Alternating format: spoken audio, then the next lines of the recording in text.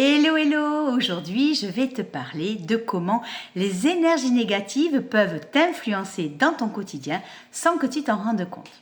Et là, je ne vais pas te parler de squattage, mais plutôt de piquage. Et la différence entre ces deux, c'est qu'avec le squattage, eh bien, l'entité va s'installer dans les champs énergétiques de la personne sans forcément s'enraciner et va graviter autour, se nourrir de son énergie tout en gardant une certaine distance.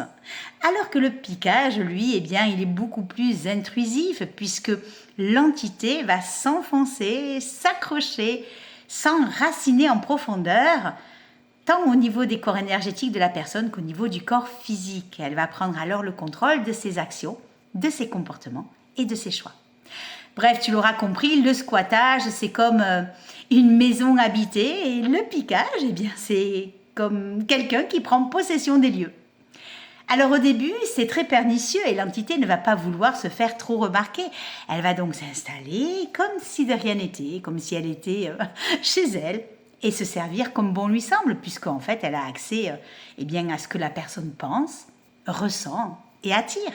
Elle va alors se nourrir de son énergie, de ses conflits intérieurs, de ses peurs, de ses traumas, mais aussi de ses addictions, jusqu'à petit à petit commencer à influencer son comportement, ses relations, ses choix.